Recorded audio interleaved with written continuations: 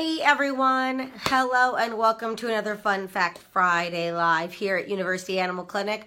I'm Dr. Sam, and with Valentine's Day just yesterday, I thought we'd revisit an old topic. I know we've talked about this before, kind of the nitty gritty. What does it do and mean? It's chocolate and chocolate toxicity.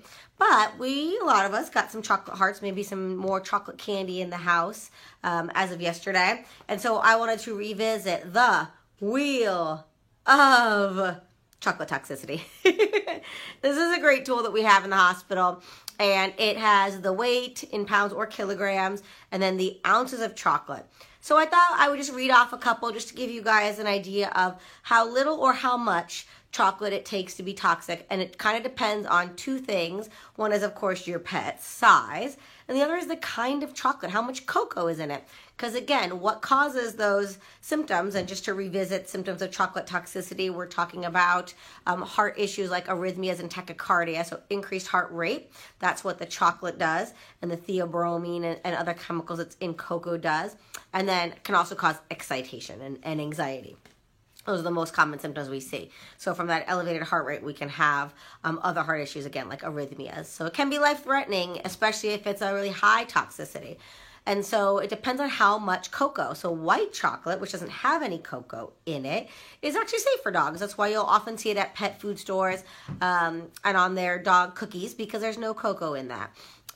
Fat's an issue, but that's a whole other conversation.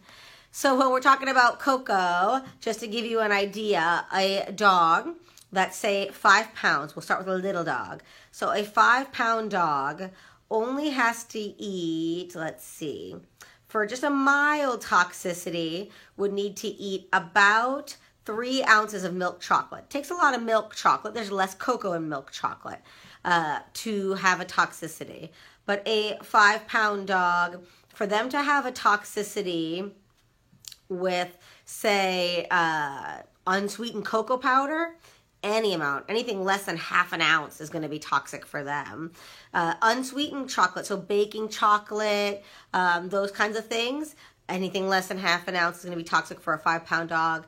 And dark chocolate, that semi-sweet that a lot of us like, for a 5-pound dog, same deal. Anything less than half an ounce is going to be toxic. More mild, it's not the bright red when you get down here to your dark chocolate, but it still has some evidence of toxicity.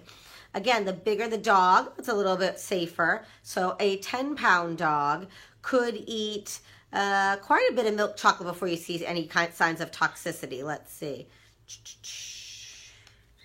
Let's see, how much milk chocolate would they have to eat? They'd probably have to eat almost 3.5 or so ounces of milk chocolate to have toxicity for 10 pounds.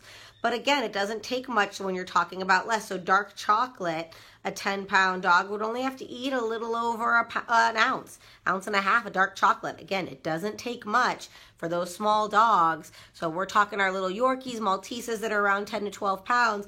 They only have to eat an ounce to an ounce and a half for that dark chocolate to now be toxic.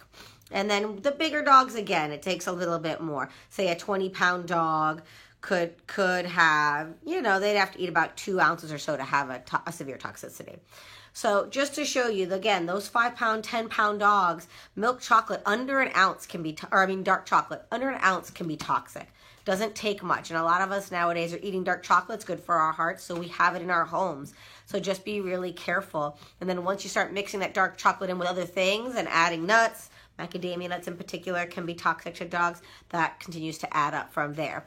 So I hope our wheel of chocolate toxicity just gave you guys another look into some of the things that are toxic. And again, that it depends on how much cocoa is in that chocolate and their weight.